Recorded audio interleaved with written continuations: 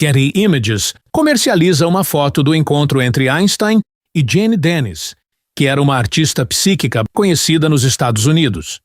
Esse encontro aconteceu em 1932. A revista The New Republic apresenta controvérsia concernente a esse encontro. No começo da página, Grattan cita Upton Sinclair, amigo de Einstein. Diz que enquanto Einstein passava o fim de semana em um local de descanso frequentado por intelectuais de Hollywood, em Palm Springs, onde Jane Dennis estava, ele quis conhecê-la.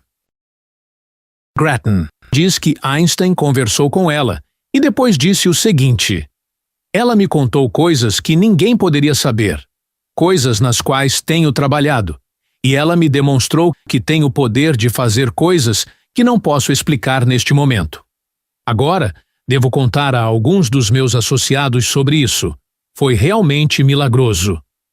Grattan diz no texto que Einstein deu uma tremenda contribuição para coisas consideradas ruins relacionadas à superstição. Considera que o método científico tenha ido por água abaixo. Diz que ele se uniu ao médico autor de Sherlock Holmes, Arthur Conan Doyle, o qual disse que Jane Dennis era a 8ª maravilha do mundo. O que vemos a seguir na página da revista The New Republic são reações ao texto de Grattan.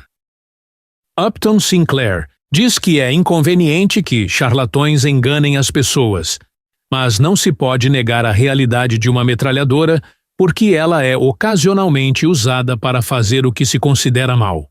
Ele diz que Einstein se referia a formas deste mundo, e não sobrenaturais. Já um médico de Einstein, Gabriel Segal, disse que a alegação de Jane Dennis e reportagem da imprensa sobre o assunto eram falsas. Diz que Einstein nem a conhecia. Não nega que Einstein a tenha escutado, mas diz que Jane Dennis explorou sua reputação. Jane Dennis passa a usar o nome de Einstein em sua propaganda depois do ocorrido. Depois dessas reações, Grattan volta a afirmar que Einstein endossou de fato a ideia de Jane Dennis ter os poderes. Ele diz que nenhuma negação da autenticidade desse endosso apareceu na imprensa. Em um site distinto, o físico Paul Halpern expressa a opinião de que Einstein pode ter dito a fala sobre Jane Dennis por questão política, etc. Uma vez, Jane Dennis disse que um terremoto arrasaria Los Angeles, mas não aconteceu. No site da Associação Americana de Psicologia está assim referente a uma investigação sobre ela. Quando lhe foi dada a oportunidade de demonstrar capacidade de leitura de mentes e poderes psíquicos, não conseguiu fornecer evidências de nenhum dos dois. Antes do encontro de Einstein com Jane Dennis, Einstein havia prefaciado o livro de Upton Sinclair sobre telepatia. Como dissemos, eram amigos. Nesse prefácio, Einstein escreve: "Li o livro de Upton Sinclair com grande interesse e estou convencido de que ele merece a consideração mais séria, não apenas do público leigo, mas também dos psicólogos profissionais. Os resultados dos experimentos telepáticos, cuidadosamente e claramente apresentados neste livro, certamente vão muito além do que um investigador da natureza considera concebível. Por outro lado, está fora de questão, no caso de um observador e escritor tão consciencioso como Upton Sinclair, que ele esteja perpetrando um engano consciente ao mundo leitor. Sua boa-fé e confiabilidade não devem ser questionadas.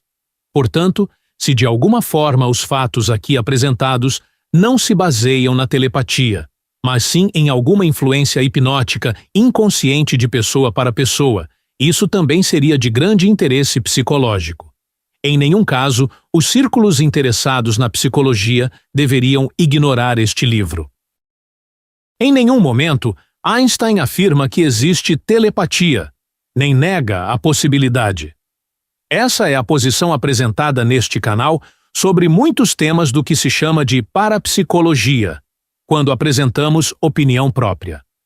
Dizemos talvez, quem sabe, na hipótese, etc.